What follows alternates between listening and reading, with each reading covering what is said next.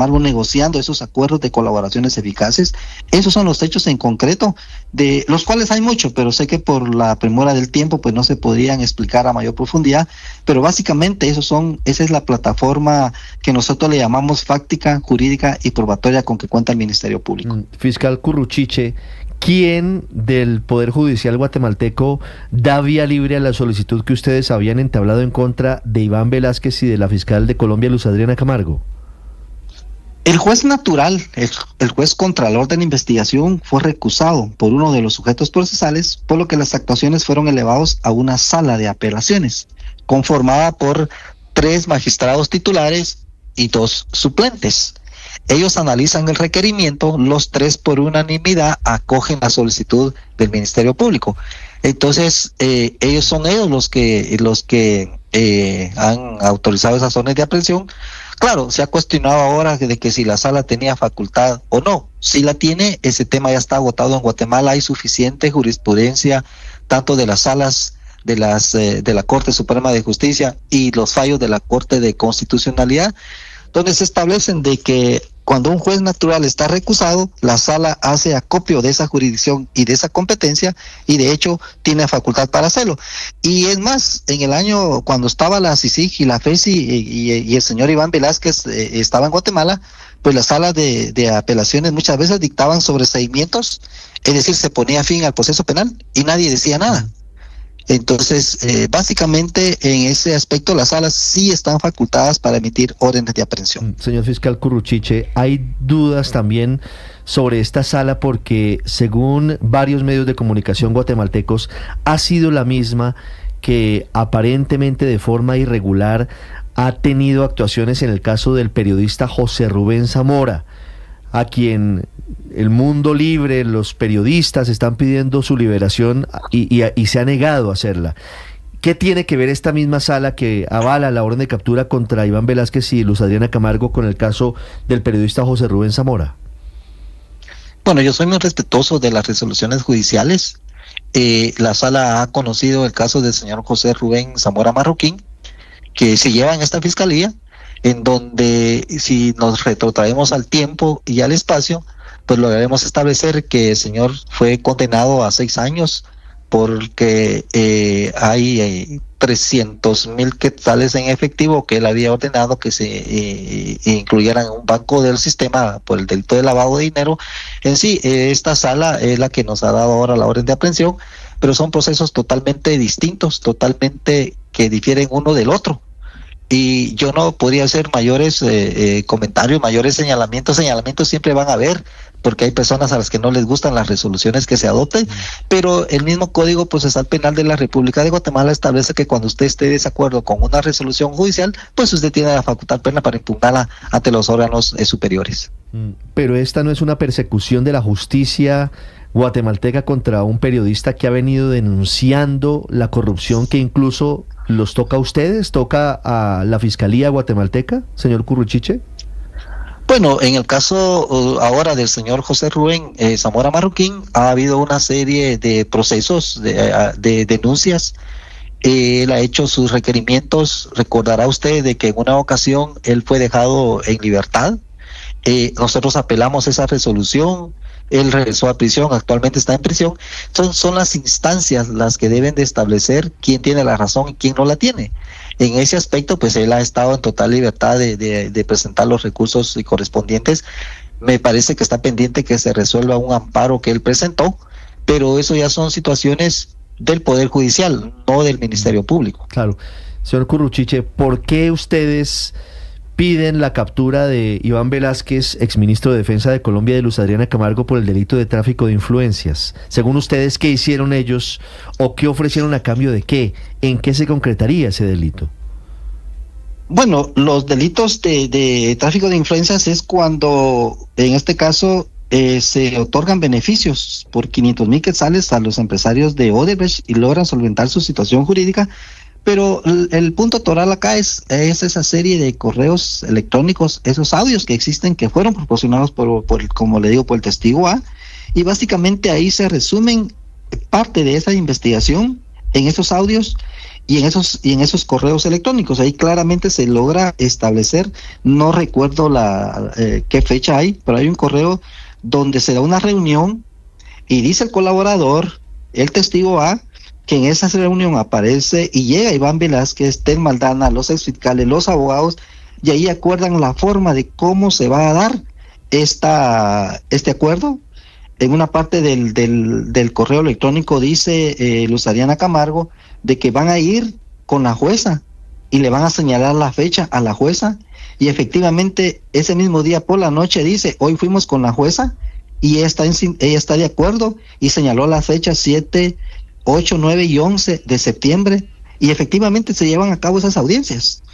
Entonces el intervenir directamente en el sistema de justicia cuando la ley prohibía que los funcionarios de CICIG realizaran ese tipo de acciones, es al punto donde nosotros hemos llegado actualmente a la investigación. Sí, fiscal Curruchiche, ayer, después de que se conoce la decisión de emitir estas órdenes de captura, reacciona el gobierno de su país rechazándolo, también el gobierno de Colombia rechazándolo, y esta mañana hay una comunicación del presidente Gustavo Petro refiriéndose puntualmente a este asunto, y quisiera su apreciación sobre el análisis que hace el presidente, que dice lo siguiente, abro comillas: la Fiscalía de Guatemala, como la Fiscalía de Colombia en tiempos de Barbosa, que era el fiscal general de Colombia hace unos meses, como la Fiscalía que apresó al presidente Pedro Castillo, y otras obedecen al crimen y no a la ciudadanía. Cierro comillas. Fiscal Curruchiche, ¿qué opinión tiene usted de esa referencia que hace el presidente Petro diciendo que la Fiscalía guatemalteca responde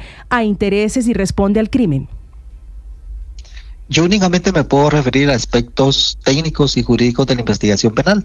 Ya los políticos, los analistas, pues harán lo que les toca que hacer a ellos, hacer los análisis, y yo no me puedo referir a los aspectos que ha indicado el señor Petro. Sí, quisiera preguntarle, fiscal Curruchiche, sobre la inmunidad de la que gozan la fiscal general Luz Adriana Camargo y el hoy embajador de Colombia ante el Vaticano, el exministro Iván Velázquez, porque para muchos que han analizado el tema no tiene ningún efecto. Quisiera preguntarle a ustedes qué cálculo han hecho en Guatemala, porque para muchos no tiene ningún efecto la orden de captura, ni siquiera si se llegara a emitir la circular roja de Interpol, porque ellos tienen inmunidad justamente por haber participado en esa comisión internacional.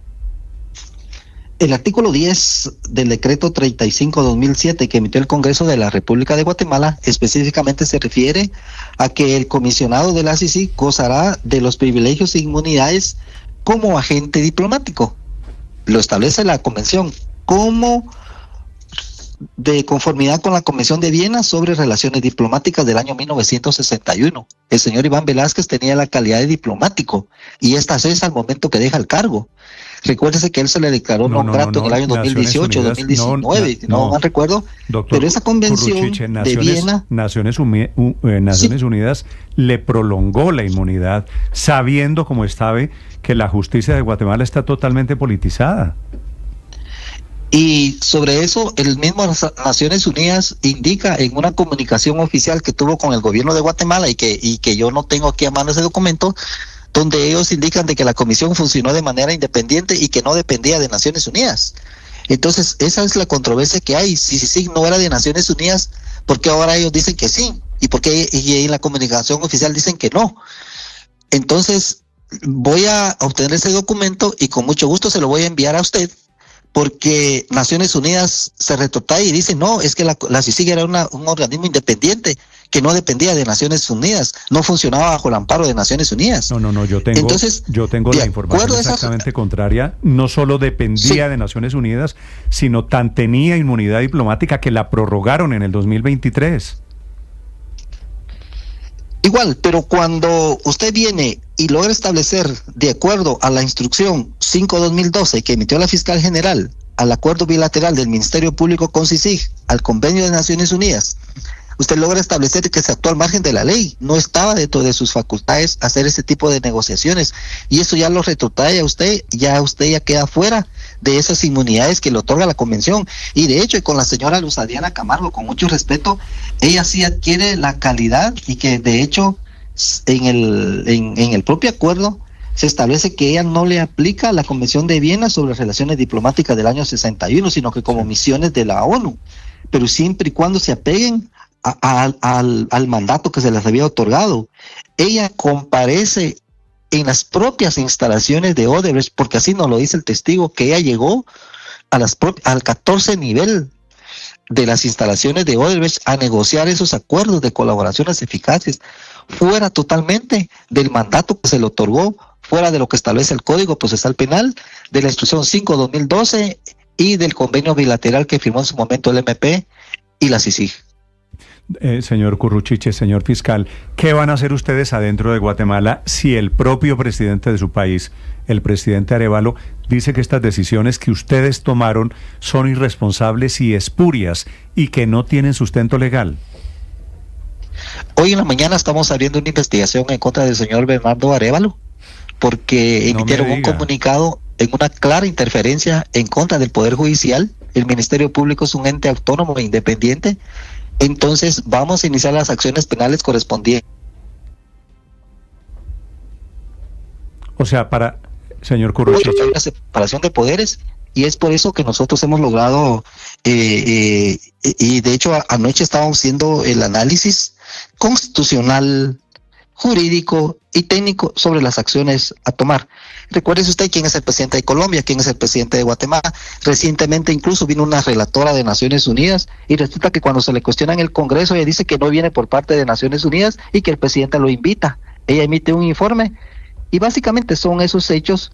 Cuando uno analiza, porque un fiscal, que si bien es cierto, miramos aspectos técnicos y jurídicos, pero tampoco podemos hacernos obviar esos aspectos que hay en torno a lo que gira todo este proceso que ahora se ha tratado de victimizarse. Para responder que no somos una fiscalía espuria, subjetiva, parcializada, vamos a investigar también al presidente Arévalo, que es el que lo denuncia. Bueno, él emite una serie de señalamientos. Nosotros desde hace 2 años, año y medio aproximadamente, le hemos presentado 2-3 solicitudes de antejuicio. No han sido conocidos todavía por la Cámara de Amparos y Antejuicios. En el caso Semilla, donde él mismo presenta la denuncia y luego dice que no. Y por la denuncia del señor Arévalo es que se giraron 2 órdenes de captura en contra de la propia gente del partido Semilla. Pues entonces, de un tiempo para acá, lo digo con mucho respeto, es el actual del señor Arévalo señalando a jueces de corruptos y obviamente no se puede interferir en el Poder Judicial. Son 3 poderes del Estado que hay en Guatemala y debe de haber respeto entre ellos. Fiscal Curruchiche, cuando usted hace referencia al presidente de Colombia y al presidente Arévalo de su país, de Guatemala, ¿qué quiere decir? Hace año y medio recuerdo que el señor Petro hasta había retirado al embajador de Colombia acá en Guatemala y ahora pues ha hecho un señalamiento y al igual que el señor Arévalo, pues obviamente me parece que hay comunicación tratando de demeritar el trabajo de la Fiscalía, el trabajo del Ministerio Público, como lo ha hecho en todo momento el señor Arévalo. Sí, señor Curruchiche, quiero hacerle una última pregunta y con profundo respeto. ¿Qué credibilidad se le puede dar a una orden judicial expedida por 2 fiscales? Hablo de su caso, señor Curruchiche, y de la fiscal general Consuelo Porras, que según la justicia de Estados Unidos están involucrados en posible ocultamiento de casos de corrupción, en listado de funcionarios bajo la lupa de las autoridades estadounidenses por prácticas poco transparentes. En ese contexto, ¿qué tan creíble pueden ser las investigaciones y las órdenes de captura que ustedes expiden, como las de las últimas horas contra Iván Velázquez y Luz Adriana Camargo? A mí se me incluye en una lista por aspectos políticos y de represalia por el trabajo que he hecho acá. Nosotros, le quiero informar, nosotros trabajamos muy bien con la DEA, ICE, FBI, Homeland Security Investigation, que son las agencias de Estados Unidos. Con ellos trabajamos muy bien de la mano. Sin embargo, el Departamento de Estado, que es el que en su momento, cuando estaba el señor Biden, y que ya por fuertes abiertas de información, que no era él el que mandaba, entonces es ese Departamento de Estado de ese entonces que me incluyó en una lista. Entonces ahora se trata de demeritar el trabajo, diciendo de que como hay una lista X, de que de hecho esa lista Engel ya no existe, finalizó en el año 2023, no sé si usted tenía conocimiento. Entonces se trata de demeritar el trabajo, pero más que todo por activistas, no por periodistas. Sí. ¿Usted, su fiscalía, qué relación tienen con el gobierno Trump? No le escuché. Sí, que cómo está la relación de su fiscalía, señor fiscal Curruchiche, con el gobierno Trump. Nosotros trabajamos con las agencias de Estados Unidos y es lo único que le puedo decir. Los aspectos de investigación que se han llevado a cabo, el tema de inmigrantes, el tema de niños, etcétera, que es lo que se trabaja con las agencias de Estados Unidos. Pero básicamente esa es la relación que hay. Veo en sus redes sociales que usted es muy trumpista, ¿no? Sí, así es, así es. Sí, usted dice celebrando con mi amigo Trump y pone una fotografía del gorro de Make America Great Again, ¿no? Claro, y mucha gente se molestó. Y obviamente esa es mi libre expresión, mi libre emisión del pensamiento, y yo lo hago muy abiertamente, pero eso no tiene nada que ver con la función fiscal que yo hago acá en la institución. Ahí sí no le parece a usted que está mal participar en política. Bueno, esa es una situación que yo la señalé públicamente hace un año, si no mal recuerdo, pero realmente esos son aspectos totalmente distintos. Vale. Escuchan ustedes al fiscal de Guatemala que toma esta decisión. Señor fiscal Curruchiche, gracias por acompañarnos, gracias por la explicación para Colombia. Muchas gracias, buenos días. Es la orden de detención con invitación a que la Interpol los detenga contra la fiscal Luz Adriana Camargo y contra el exministro de Defensa Iván Velázquez. Dos novedades. La fiscal general Luz Adriana Camargo a las 8:30 de la mañana va a dar una declaración desde el búnker de la Fiscalía en Bogotá sobre este episodio, y la Corte Suprema de Justicia, que tenía prevista una sala extraordinaria hoy, en sala plena, para abordar un tema tecnológico, va a girar en torno, cambia el tema, el eje de la discusión sobre el tema de la orden de captura contra la fiscal general, que fue elegida por ellos, por los magistrados de la Corte Suprema. Ahora, pocas posibilidades de que la orden de captura se haga efectiva. Esta fiscalía, inclusive cuestionada ahora también por el presidente Arévalo desde Guatemala. 8:17 en Mañanas Blue. Estás escuchando Blue Radio.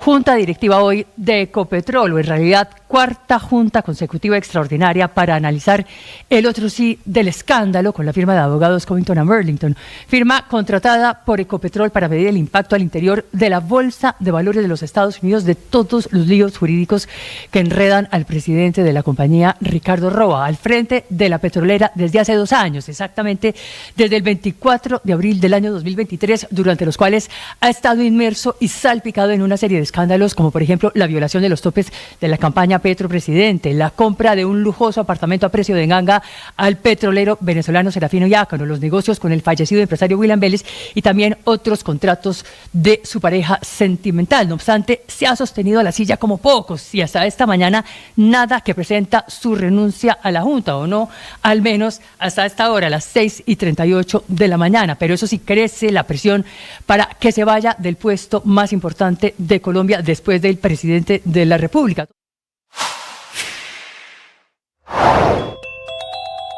El gobierno colombiano. A propósito, están confirmando esta madrugada, solamente votaron 13 millones, un poquito menos, de mexicanos en las elecciones para elegir jueces, que es una barbaridad. Fue idea de López Obrador, la siguió la señora Claudia Sheinbaum, que esta mañana está diciendo que fue una participación importante y que debe aprender de las lecciones. Esto de elegir jueces, María Consuelo, pues esto sí, obviamente, un estropicio de los muchos de los regímenes autoritarios en nuestro continente. Pero además se anticipó esta controversia. Cuando se estaba aprobando la reforma, pues ya se veían cuáles iban a ser las dificultades. Adicionalmente al tema de la baja participación, pues estamos enfrentando que no hay transparencia en los resultados, que es lo más grave. Y se van a conocer solamente dentro de 10 días quiénes fueron los elegidos. Repito, con una participación histórica por lo baja. Néstor, apenas, dos cosas. Apenas o menos del 13%. Increíblemente, la presidenta de México, Claudia Sheinbaum, reclama un éxito de la jornada, y el origen de esto fue una iniciativa del expresidente Andrés Manuel López Obrador, en vista de que la rama judicial le negaba los proyectos y las reformas que él pretendía sacar adelante. Por motivos jurídicos, los jueces y magistrados se lo negaban y él decidió que la mejor manera era elegir por voto popular a sus propios integrantes. ¿Qué significa politizar? Imagínese usted lo que significa. Jueces de izquierda en este caso. Entonces, si no me favorecen las decisiones judiciales, entonces yo tomo el atajo. Si no me favorecen las decisiones del Congreso, tomo el atajo. Tan cercanos y tan parecidos unos y otros. Para el dolor de todos los que queremos tanto a México, se acabó, ayer fue el inicio del fin de la democracia en ese país. Así comienzan las dictaduras, tumbando los pesos y contrapesos, tumbando los jueces, y lamentablemente en un país con tantos narcotraficantes, ¿se imagina quién participó en las elecciones? Sí, pues ese es tal vez eso el era motivo lo que anticipábamos, por el cual no han revelado los resultados de las elecciones. Vamos a Ciudad de México, la situación allí es particularmente delicada porque el 87% de los mexicanos no participó en las urnas. Desde Ciudad de México esta mañana, Oscar Oliver. Buenos días, Néstor. En un inédito proceso para elegir jueces, magistrados y ministros del Poder Judicial, las y los mexicanos acudieron el pasado domingo 1 de junio a las urnas para elegir a 9 ministras y ministros de la Suprema Corte de Justicia de la Nación, 2 magistraturas a la Sala Superior del Tribunal Electoral, 15 magistraturas de salas regionales del mismo tribunal, 5 magistraturas del recién creado Tribunal de Disciplina Judicial, 464 magistraturas de circuito y 386 personas juzgadoras de distrito en todo el país para sumar 881 cargos. La presidenta de México, Claudia Sheinbaum Pardo, emitió un mensaje en el que consideró la jornada como todo un éxito. Y sí, todo es perfectible, es la primera elección, todo es perfectible y del día de ayer pues se sacarán las conclusiones para poder mejorar al 2027. Pero fue un gran ejercicio y mucha gente participó. Fue una elección compleja porque la mayoría de las y los mexicanos no conocían a las personas candidatas. Un proceso inédito, como lo calificaron algunos observadores internacionales, como Katia Oriona. Hay una expectativa en la región respecto a este tipo de procesos y lo que va a significar el proceso mexicano también, porque es una discusión que se está dando en diferentes países para observar, diría yo, la experiencia boliviana en su característica y la mexicana. Los partidos políticos de oposición, por su parte, cuestionaron la elección que dijeron estuvo plagada de irregularidades. De acuerdo al vicecoordinador económico del grupo parlamentario del Partido Acción Nacional en la Cámara de Diputados, Héctor Saúl Telles Hernández, esto se reflejó en el abstencionismo que se acercó al 90% del padrón electoral. Lo dijimos desde un principio, la reforma judicial y la elección es una completa simulación y una farsa, una mentira hacia la ciudadanía. Así las cosas, Néstor Auditorio, a diferencia de los procesos electorales donde se elige presidente de la República, senadores, diputados, gobernadores y otros cargos en los 3 niveles de gobierno, según informó el Instituto Nacional Electoral, los resultados se darán a conocer en distintas etapas para concluir el 10 de junio próximo. Desde Ciudad de México para Blue Radio, Oscar Oliver. Gracias, Oscar. 8 de la mañana, 23 minutos. Y en un país inundado de narcotráfico, por supuesto, la mano de los carteles es el temor, está presente en la elección de los jueces. 8 de la mañana, 23 minutos. La otra noticia internacional es que la OCDE revisó y esta mañana está publicando nuevos datos de proyección económica para crecimiento durante este 2025. Baja un poquito la proyección para Colombia. Dice que vamos a tener un crecimiento económico mucho más débil de lo previsto, que no se veía desde la época de pandemia. Desde Europa, desde Londres, Silvia Carrasco. Sí, Néstor, ¿qué tal? Lo que ha dicho la OCDE es que el mundo se encamina al crecimiento más débil registrado desde la pandemia. Dice la OCDE, el que le echa la culpa de esto a la guerra de aranceles que lanzó el presidente Donald Trump. Mira, si el mundo iba a crecer ya creció en el año 2024 a 3,3%, la OCDE dice que el 2025 no va a superar el 2,9% y que para el 2026 el crecimiento va a ser del 2,6%. Así lo explicaba el secretario general de la OCDE, Matías Corman. Escuchémoslo. From January to March this year, GDP growth across the OECD area dropped abruptly to 0.1% over the previous quarter. Dice que de enero a marzo de este año el crecimiento del Producto Interno Bruto de los países OCDE se redujo abruptamente al 0,1% con respecto al trimestre anterior. Y dice que la tasa de crecimiento, esta es la tasa de crecimiento más lenta desde la pandemia del COVID-19, esto es hace 5 años. Los aranceles bilaterales entre Estados Unidos y sus socios comerciales han aumentado drásticamente con importantes consecuencias para el crecimiento y la inflación. Y de hecho, lo que dice la OCDE es que el más golpeado va a ser Estados Unidos, que va a desacelerarse bruscamente, pasando de 2,8%, que creció el año pasado, a solo 1,6% en 2025 y 1,5% en 2026. Pero más aún, que se va a disparar la inflación en Estados Unidos. Dice que va a terminar el 2025 con un 4% de inflación. Por lo tanto, hay cero posibilidad de que la Reserva Federal vaya a reducir las tasas. Bueno, dice que en general todos los países del G20 van a decrecer, se les recorta su previsión de crecimiento. Respecto a Colombia, ¿qué es lo que dice la OCDE? Dice que la perspectiva de crecimiento para el año 2025 se recorta de 2,7% a 2,5%. Esto es el 2025. En el 2026 en Colombia se recortaría del 2,9% a 2,6%. Y cita un tema de incertidumbre generalizada y de problemas en el mercado de la vivienda. Dice que la inversión se está recuperando respecto de lo que fue la pandemia, pero que dice que todavía no llega a ese 21% de inversión que había en Colombia antes de la pandemia. Lo cierto, Néstor, es que este recorte de previsiones, este era un informe muy esperado de la OCDE, y este recorte de previsiones de crecimiento está afectando a todos los países. La verdad es que no hay país que se salve. Lo que sí llama la atención fue lo directo que dijo la OCDE, que en el tema de aranceles hay que, por favor, bajar las armas, dice, porque esto está afectando el comercio y el crecimiento mundial para los años que vienen, Néstor.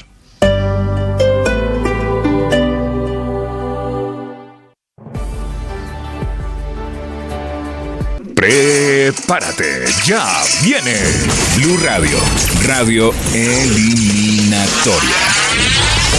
Todos los partidos rumbo al Mundial en las frecuencias de Blue Radio, en nuestro canal de YouTube @Blue Radio Co, en la pantalla del Gol Caracol y en VTube. Descarga la aplicación.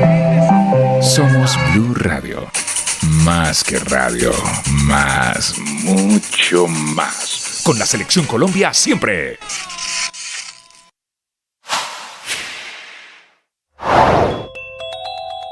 El gobierno colombiano autorizó mediante el decreto 0571 el traslado de 30.000 millones de pesos desde la Caja de Retiro de las Fuerzas Militares al presupuesto de funcionamiento de Migración Colombia, con el fin de reforzar su capacidad operativa ante el aumento de la presión migratoria. No se aumentó el presupuesto general, sino que se reorganizaron recursos ya existentes, priorizando las entidades con mayores necesidades. Aunque los fondos suelen destinarse al pago de militares retirados, el general Guillermo León, presidente de la Asociación Colombiana de Oficiales Retirados, aseguró que el traslado no afectará mesadas, sueldos de retiro ni retroactivos, ya que los recursos no estaban siendo utilizados en ese momento. Así que es más un tema de recursos que sobraban en una entidad y que no estaban o no se iban a utilizar, posiblemente pasan a otra entidad que sí lo requiere. En el conocimiento que tenemos hoy del tema es que no afecta y no va a haber novedades con el pago de los compromisos que se tienen por parte de la Caja de Sueldos de Retiro con el personal retirado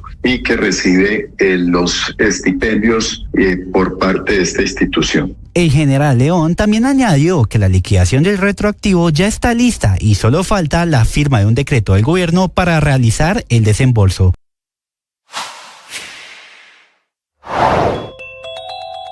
Toda la discusión alrededor de esta orden de la justicia en Guatemala es alrededor, por un lado, de la idoneidad de los funcionarios que aparecen en la lista de funcionarios corruptos que ha hecho Estados Unidos, pero también sobre la inmunidad y los privilegios de la que gozan tanto el exministro Iván Velázquez y la fiscal Luz Adriana Camargo, que son similares a las de un funcionario de la ONU por un acuerdo entre Naciones Unidas y el Estado de Guatemala que estableció justamente la existencia de esa Comisión Internacional contra la Impunidad en Guatemala, CICIG, que operó en ese país desde 2007 hasta 2019. Estamos hablando de inmunidad penal, inmunidad civil, inmunidad administrativa por los actos que realizaron en el ejercicio de sus funciones oficiales y una protección contra detenciones o procedimientos judiciales en Guatemala que está vigente salvo que la ONU decida levantar su inmunidad, lo que parece poco probable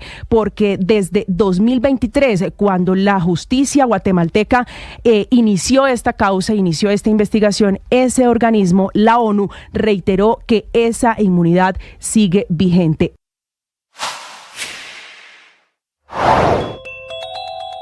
El país atravesará este mes por 2 jornadas de movilizaciones convocadas por varios gremios. Por un lado, los transportadores y camioneros desde la Asociación Colombiana de Camioneros señalaron que para el lunes 16 de junio, desde las 12 de medianoche, bloquearían algunas carreteras del departamento del Cauca y Nariño. Firmó un acuerdo en el que se iban unas inversiones de obras en la carretera, se iban a crear unos grupos de la policía. El precio de las acciones, las monedas y lo que pasa en las bolsas se lo cuenta Mañanas Blue. Información económica a las 8 de la mañana, 30 minutos. Sigue muy bien, muy fuerte la reactivación del mercado automotor en Colombia este año. En mayo, el sector automotor alcanzó su mejor desempeño de este 2025 con 19.707 unidades matriculadas, lo que representa un fuerte crecimiento del 33%, y los vehículos amigables con el medio ambiente son los protagonistas del mercado. En mayo, la venta de vehículos eléctricos creció 263% y la venta de vehículos híbridos creció casi un 109% con 5.283 unidades. Cifras de Benalco y de la ANDI muestran que en el acumulado de los primeros 5 meses se matricularon cerca de 87.000 vehículos nuevos en todo el mercado, presentando un crecimiento del 23% frente a 2024. En el acumulado del año pasamos de una participación del mercado de los híbridos y eléctricos del 22 al 31%. Eso quiere decir que hoy 3 de cada 10 vehículos son de esas tecnologías. El desempeño del sector automotor coincide con la reactivación que está presentando la economía colombiana y las mejores condiciones crediticias para adquirir vehículos. Hablando de temas crediticios, amanecemos este mes de junio con una tasa de usura más baja frente a la que teníamos en mayo. La Superintendencia Financiera indicó que la tasa de usura pasa del 25,97 al 25,55% efectivo anual, dato clave para quienes hacen compras con tarjetas de crédito cuyas tasas de interés suelen estar pegadas a la tasa de usura. En mercados, muchos inversionistas en el mundo asimilando estas nuevas proyecciones económicas de la OCDE. El dólar amanece en Colombia con una apertura de 4.160 pesos,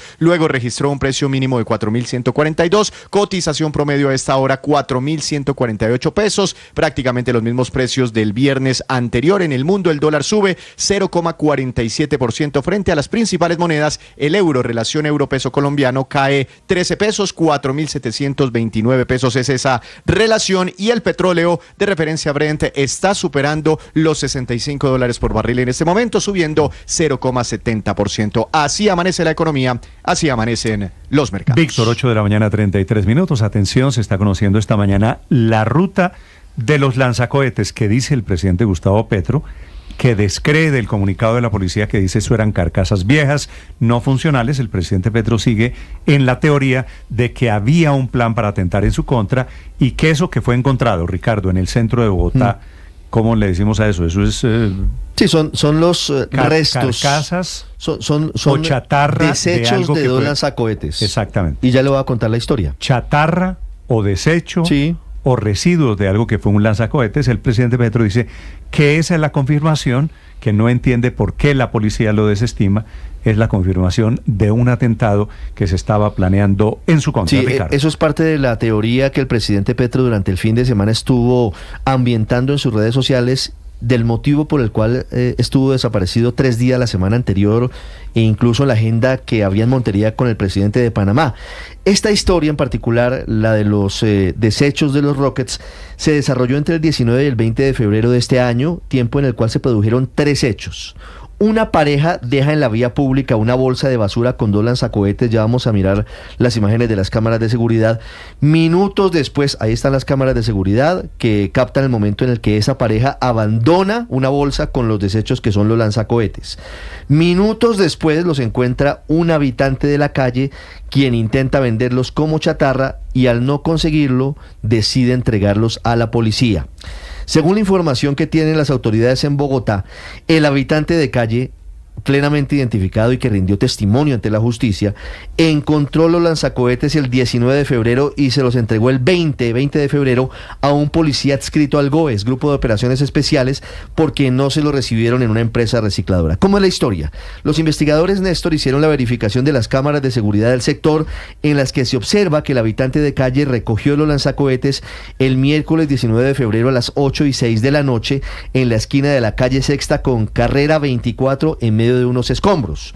Las cámaras de seguridad también permiten ver que unos minutos más tarde 2 personas habrían dejado los mismos elementos en el sitio a las 6:33, es decir, 1 hora y media antes. Pueden ver ustedes los videos quienes están conectados en este momento o vía Ditu o en el canal de YouTube. Este señor que estamos viendo es el que lleva... Sí, señor, el que los abandona. paquete. Y ya le voy a contar la historia, porque detrás hay una historia interesante. Obviamente la pregunta es cómo llegan unos lanzacohetes a manos del Ahí señor. va la historia. Mire, gracias a ese trabajo de la Fiscalía, pero sobre todo de la policía, aquí es la policía la que hace todo, logran identificar a las personas que dejaron abandonados en vía pública los restos de los lanzacohetes, conocidos como RPG-22, y se los llevan, al final los encuentran, los llevan a rendir entrevista. Ellos manifiestan varias cosas, Néstor. Ese objeto, los restos de los lanzacohetes, pertenecían a Juan Gregorio León Sánchez, quien había pertenecido al batallón de artillería número 13 Landazábal Reyes del Ejército Nacional durante 5 años, 9 meses y 2 días. León Reyes, militar retirado, convivió con una mujer cuya identidad no vamos a revelar por petición de las autoridades hasta el año 2019. Después de eso, Juan Gregorio León Sánchez habría quedado en condición de calle debido al consumo de drogas. Él se va de la casa, él abandona el hogar que había formado, pero los lanzacohetes usados permanecen en la casa de su expareja durante 6 años. Casi 6 años, hasta el pasado 19 de febrero, cuando en medio de reparaciones locativas en su casa, decidieron desecharlos. Según el dictamen pericial, Néstor, y ahí vamos a verlos, ahí los estamos viendo, son lanzacohetes de un solo disparo de fabricación rusa, marca Rocket Launcher, calibre 22, y según se lee en los informes de las autoridades, los cuales no contenían municiones para su disparo. El caso fue atendido inicialmente por la SIJIN. El informe del primer responsable lo recolecta un patrullero del GOES, mientras que la inspección técnica al lugar de los hechos y la toma de fotos fue hecha por un teniente de la policía antiexplosivos. Luego se hizo el análisis de balística por parte de la SIJIN. Se determina que son 2 lanzacohetes de un solo uso, de un solo disparo, calibre 72.3 milímetros, fabricación original marca Rocket Launcher modelo RPG, con número de serie 363482 y 360604 de fabricación rusa. En un primer momento no se verificó el estado de funcionamiento de los lanzacohetes para establecer si eran o no aptos para disparar, porque la SIJIN no contaba con las facilidades en su laboratorio de balística para determinarlo. Y además de eso, Néstor, y esto es muy importante, la Fiscalía sí está investigando los hechos. A diferencia de lo que se dijo este fin de semana, la Fiscalía sí está investigando los hechos. Las diligencias fueron radicadas por la policía ante la URI del búnker de la Fiscalía el 22 de febrero del 2025, es decir, 2 días después de los hechos, a las 4 de la tarde. El 25 de abril de este año, el caso fue asignado a la Fiscalía Primera Especializada de División contra Organizaciones Criminales en el despacho del fiscal Óscar Jaimes. Hay número único de noticia criminal activo. Lo tenemos, no lo divulgamos, pero existe la actividad, la investigación está activa y hasta el momento lo que se conoce es que el fiscal Jaimes no ha dado orden a la Policía Judicial para destinación final de los elementos hallados en el lugar de los hechos. Y quedan dudas, además de todo, sobre el origen de estos lanzacohetes. Si provienen de Indumil, si provienen del tráfico ilegal de armas. Hay muchas preguntas que quedan sobre la mesa en torno a esta historia. La historia al final, en resumen, es, Néstor, una pareja convive cerca del sitio donde son abandonados, el hombre es un militar del batallón de artillería, lleva estos elementos, se separa de su esposa porque caen las drogas, se va de la casa, deja los elementos, la esposa conforma un nuevo hogar con otra persona y el 19 de febrero botan los elementos que había dejado su expareja en la casa. Los encuentra un habitante de calle, va a venderlos a una empresa de reciclaje, le dicen yo no le recibo eso y él decide entregárselos a la policía. Sí, pero ahí sí hay mucho por explicar, porque es que pues no, ¿cómo así que es que en Colombia yo creo que es el único país del mundo al que le parece normal que aparezcan lanzacohetes en la basura? Eso pues es obviamente una cosa pues escabrosa que alguien tiene que poder explicar, más allá de que los tuvieron ahí, de que la señora se separó, de que decidieron remodelar la casa, etcétera. Es que estamos hablando de unos lanzacohetes. Usted tiene o sea, razón. no estamos hablando de cualquier cosa. Son restos de lanzacohetes. Usted ¿no? tiene razón, eso le iba a decir, es que no es... Claro, peor todavía, porque quiere decir que alguien los usó.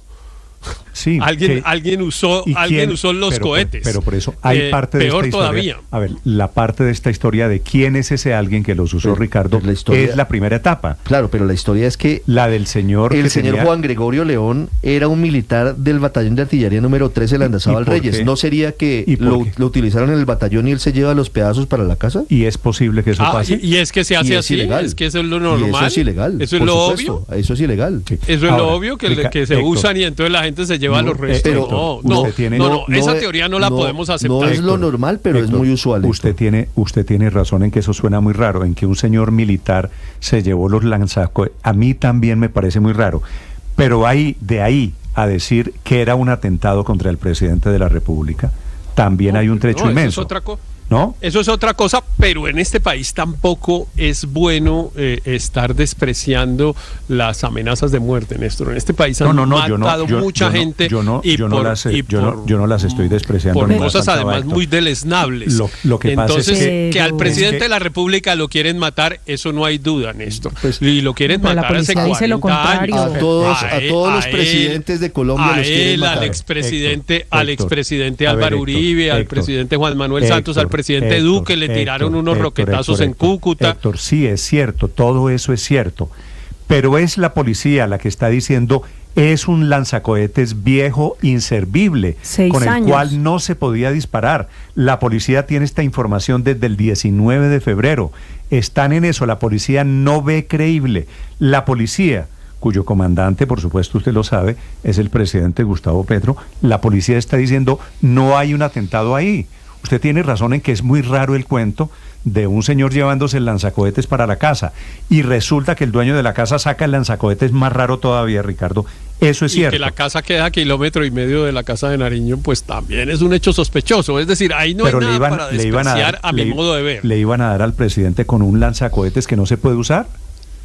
Es que nadie dice que si hay alguien tiene el lanzacohetes que tira a la basura, que no los tenga, que no tenga unos que no haya tirado a la basura. Es que la cosa es tan absurda que la conclusión puede ser cualquiera. O sea, un señor es que él estaba limpiando la casa y entonces sacó los lanzacohetes y los tiró. Pero la conclusión sobre el arma es que era inservible, que era de un solo uso y que ya había sido usado y que era inservible.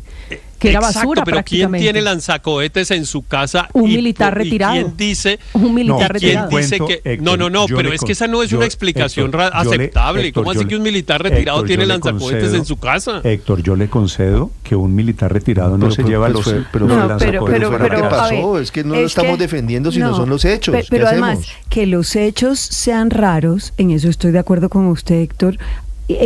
Estamos de acuerdo, hay que investigarlo, hay que saber qué fue lo que pasó detrás de esa historia, pero que esa historia sea utilizada por el presidente Gustavo Petro como excusa para no haber participado en un compromiso internacional que tenía como anfitrión es igual de absurdo, porque es que uno no saca del sombrero algo que desde el febrero 18 teníamos... No creo que tenga nada que ver con la ausencia del presidente, lo que pasa es que pero él lo usa. El presidente Petro Aurelio es que eso es igual de absurdo. Convierte todo esto en la pretexto, un pretexto para excusar su ausencia injustificada desde todo punto de vista como anfitrión en un evento internacional.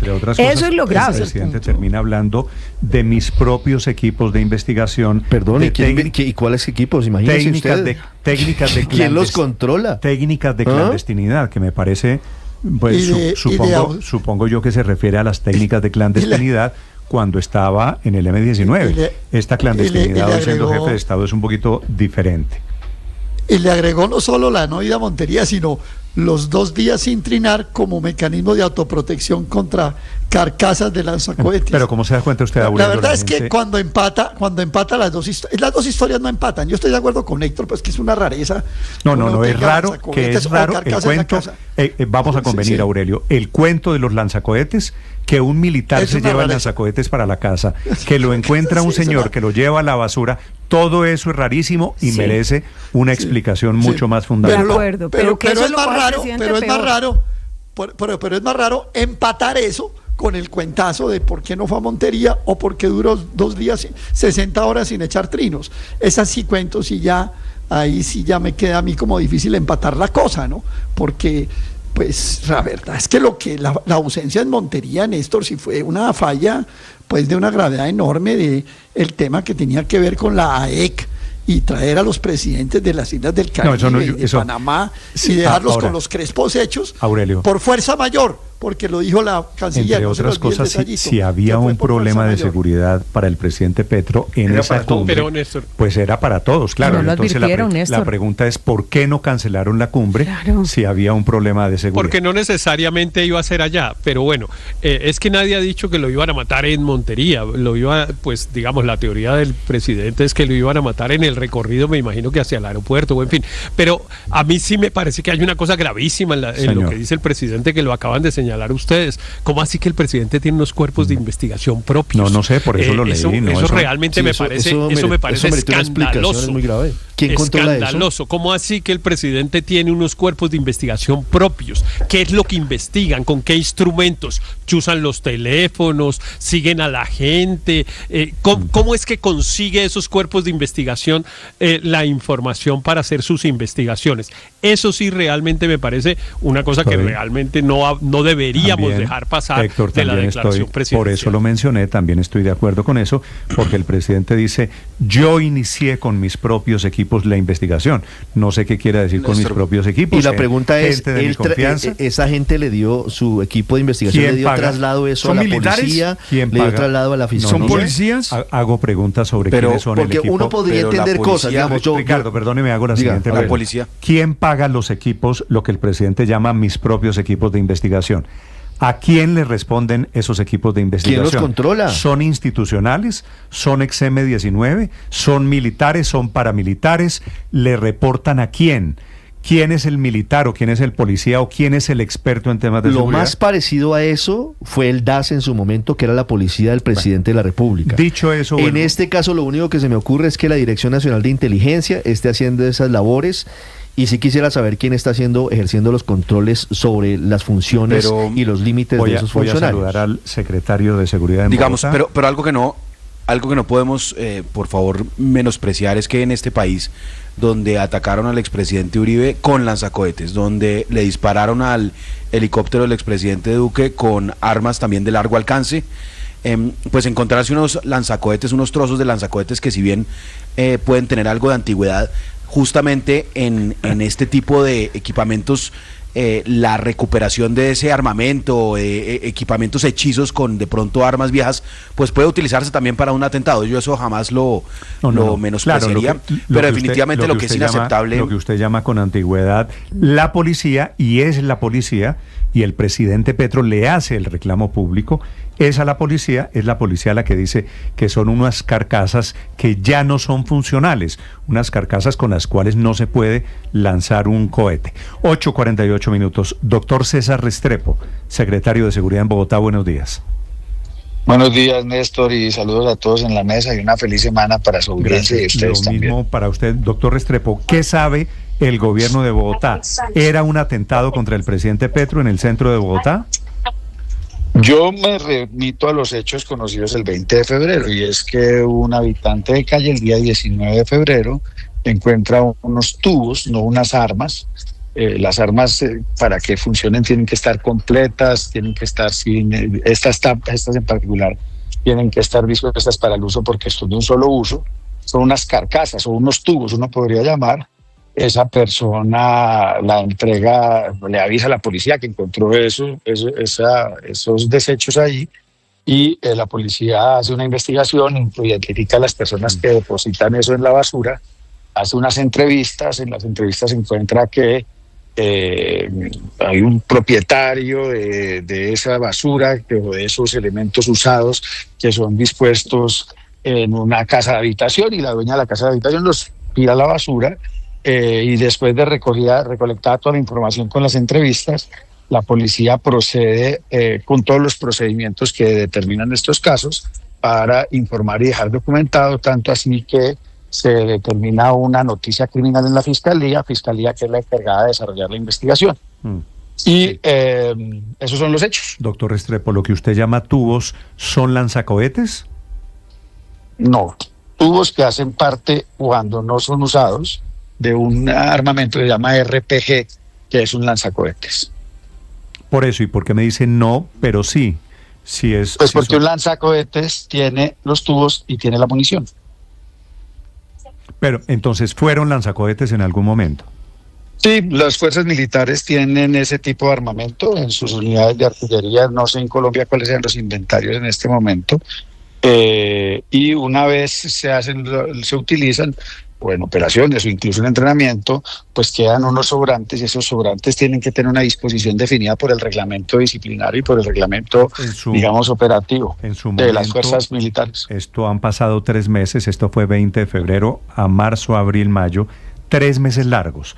¿Qué han logrado averiguar sobre la ruta de eso que había sido un lanzacohetes? Néstor, yo trabajo en la seguridad de Bogotá, yo no estoy autorizado para trabajar en temas de seguridad nacional, eso corresponde a las autoridades del nivel nacional y realmente son ellos los que pueden hacer aseguración de eso. A mí tan solo me dan un reporte de un hallazgo y un procedimiento que se cumpla respecto a eso. Sí, señor secretario. En este caso, los procedimientos, según lo que le ha contado la Fiscalía y lo que le han contado otras entidades, ¿se cumplieron de acuerdo a los protocolos cuando hay hallazgos de partes de elementos que podrían ser explosivos o podrían ser armas de largo alcance? La información recibida en la alcaldía de Bogotá por la Policía Metropolitana y por las instituciones es que se cumplieron todos los procedimientos. Sí, señor secretario, aparte del hallazgo de estos desechables, como lo llama la propia policía, ustedes en Bogotá, usted como uno de los responsables de la seguridad en Bogotá, quisiera preguntarle si han tenido información de un plan puntual para atentar en Bogotá contra el presidente Gustavo Petro. Pues en las reuniones que yo tengo no me han hablado de un plan en particular sobre eso. Siempre el señor presidente de la República, desde hace muchas décadas en Colombia, tiene ese riesgo latente, por eso tiene dispositivos de seguridad muy robustos y las altas dignidades del Estado. Ese es un riesgo latente en Colombia y por eso siempre hay que cuidar de los mandatarios, porque el cuidado de los mandatarios es parte del cuidado de la democracia y en eso no hay que relajarse ni hay que disminuir la importancia sobre eventos. Sí, sin embargo, frente a lo que ustedes me preguntan, en este caso yo tengo que contar los hechos tal cual ocurrieron. Sí, ¿usted tiene idea a qué se refiere el presidente Gustavo Petro cuando habla de sus propias investigaciones, del cuerpo, dice él, que le hace la investigación y concluye algo diferente a la policía? María Camila, le pido disculpas, pero yo sobre seguridad nacional no me puedo referir porque no está dentro de mis funciones y no corresponde a mis alcances. Sí. Secretario, ¿ustedes saben dónde están los restos de los lanzacohetes hallados hoy? No, vuelvo y le digo, cuando la policía me reporta a mí, hace la disposición de eso en los procedimientos y ya eso sale de nuestra jurisdicción. ¿En teoría estarían en manos de la Fiscalía, del fiscal que investiga el caso? Habría que preguntar. Sí. ¿Conoce usted de una queja disciplinaria que se entabló en contra de un teniente coronel, de Eduardo Steve Vargas Bautista, por parte de un subalterno? Porque aparentemente el teniente coronel Vargas habría dado la orden de darle manejo y de no reportar este episodio. El régimen disciplinario de la Policía Nacional es manejado por la Inspección General de la Policía Nacional y por lo tanto el secretario de Seguridad de Bogotá no tiene acceso a ese espacio. Claro. Secretario, hoy viendo lo que pasó y con los elementos que usted tiene a la mano, ¿podría descartar que se haya tratado de un intento de atentado contra el presidente de la República? Mire, Ricardo, yo no tengo la posibilidad, ni las capacidades, ni el mandato, ni las herramientas para hacer investigaciones de seguridad nacional. Yo lo único que puedo es contar los hechos como nos fueron reportados en ese momento y señalar sus características, frente a lo cual quienes se encarguen de hacer las investigaciones irán con sus herramientas más profundamente, y la audiencia en general tendrá la información precisa de lo que pasó el 19 y 20 de febrero. Ya las valoraciones de eso le corresponden a otras autoridades y a otros procesos investigativos que el distrito capital, el gobierno del distrito, no tiene ni las funciones ni las herramientas para hacerlo. Sí, señor secretario, sobre Juan Gregorio León Reyes, que es el militar en retiro que tenía estos elementos en su posesión, ¿qué información tienen ustedes en la Secretaría de Seguridad en Bogotá? ¿Lo ubicaron? ¿Lo han entrevistado? Una vez más, María Camila, le pido mil disculpas. La Secretaría de Seguridad de Bogotá y la Alcaldía Mayor de Bogotá no tienen funciones constitucionales y legales para entrevistar personas. Usted es un hombre, señor secretario, que conoce las fuerzas militares, conoce a profundidad los asuntos de seguridad nacional. La discusión que estábamos dando aquí era sobre si era o no normal que este tipo de elementos estuvieran en posesión de un militar retirado. ¿A usted le parece eso normal, secretario? Pues mire, hay una mala práctica, digamos, y tal vez a veces fallas disciplinarias, que desechos de ejercicios militares o remanentes, por ejemplo, cajas de munición, vainillas, sean tomadas por las personas como recuerdos, como digamos, vamos a usar una palabra inadecuada, incorrecta, souvenirs, y entonces se los llevan a sus casas. De hecho, cuando hay a veces incluso actividades cívico-militares que se invitan personas de la sociedad civil a las unidades militares o unidades policiales a hacer ejercicios de socialización con esas actividades, pues se cogen cosas de esas y se las llevan. Eso es una mala práctica, eso es incorrecto, pero ha pasado, desde que yo trabajo en esto veo que pasa, y pues, no sé, podría estar dentro de las hipótesis de los investigadores. Doctor Restrepo, una pregunta final. ¿Alguna posibilidad de que aquí esté metida lo que el presidente Petro ha llamado la Junta del Narcotráfico? Néstor, yo no trabajo en la seguridad nacional, a mí apenas... No, pero le pregunto por la seguridad en Bogotá. Si la Junta del Narcotráfico está en el tema de planear atentados en Bogotá. Vuelvo y le digo, yo no he tenido una información directa, precisa de que hay en este momento un atentado en particular contra el señor presidente, pero lo que sí tengo claro es que el señor presidente de la República es una persona que vive un altísimo riesgo y que debe ser protegida, como lo indica la Constitución y la ley, por todos los organismos de seguridad, y tiene que ser protegida por los colombianos y tiene que ser protegida por las instituciones en general. Vale. César Restrepo es el secretario de Seguridad en Bogotá, 8:57 minutos. Gracias, doctor Restrepo, por estos minutos. Gracias a ustedes, buena semana, chao. Faltan 3 minutos para las 9. Estás escuchando Blue Radio.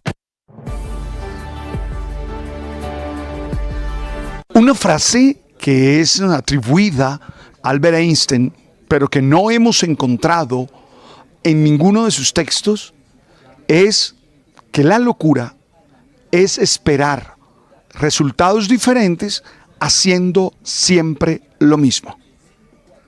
Es una frase real y verdadera. Si tú quieres tener nuevos resultados, piensa, habla, actúa de manera distinta, de manera diferente. Construye un camino que te lleve a otro rumbo, que te lleve a otro destino.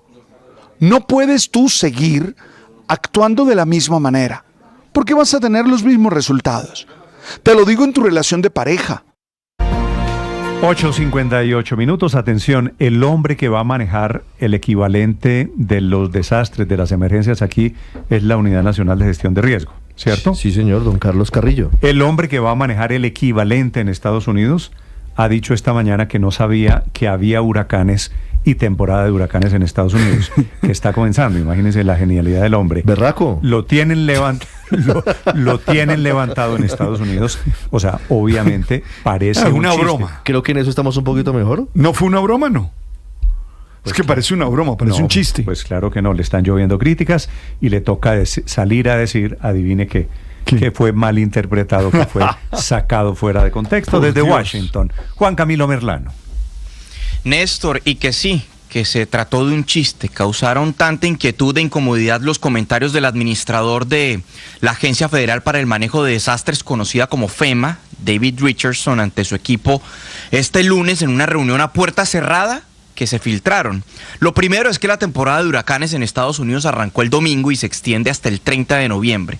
Para este año hay un 60% de probabilidad de que haya más huracanes que lo que normalmente hay. Podría haber entre 12 a 19 tormentas tropicales, de esas entre 3 a 5 pueden ser huracanes mayores, es decir, categoría 3, 4 o 5. Por eso es un periodo de especial preocupación y ya las autoridades se vienen preparando, y la Agencia para el Manejo de Desastres del Gobierno Federal es la que sincroniza los recursos para poder prevenir y atender los desastres. Pues resulta que su director, David Richardson, sostuvo una reunión ayer con su equipo en la que, según lo reportado, primero lo reportó la agencia Reuters, dijo que no sabía que en Estados Unidos había una temporada de huracanes, que se estaba enterando. Ahora, hubo quienes en el salón creyeron que se trataba de una broma, pero otros sí se lo tomaron muy en serio. Por ejemplo, en el Partido Demócrata, donde ya están pidiendo el despido de este funcionario y suman a las críticas la preocupación por los recortes al manejo de desastres, la misma agencia FEMA está teniendo un recorte de unos $300 millones, y en la Oficina para Administración Oceánica y Atmosférica se han presentado unos 800 despidos, y hay preocupación de que los recortes en esa entidad hagan mucho más difícil predecir la trayectoria de huracanes y la magnitud de los mismos.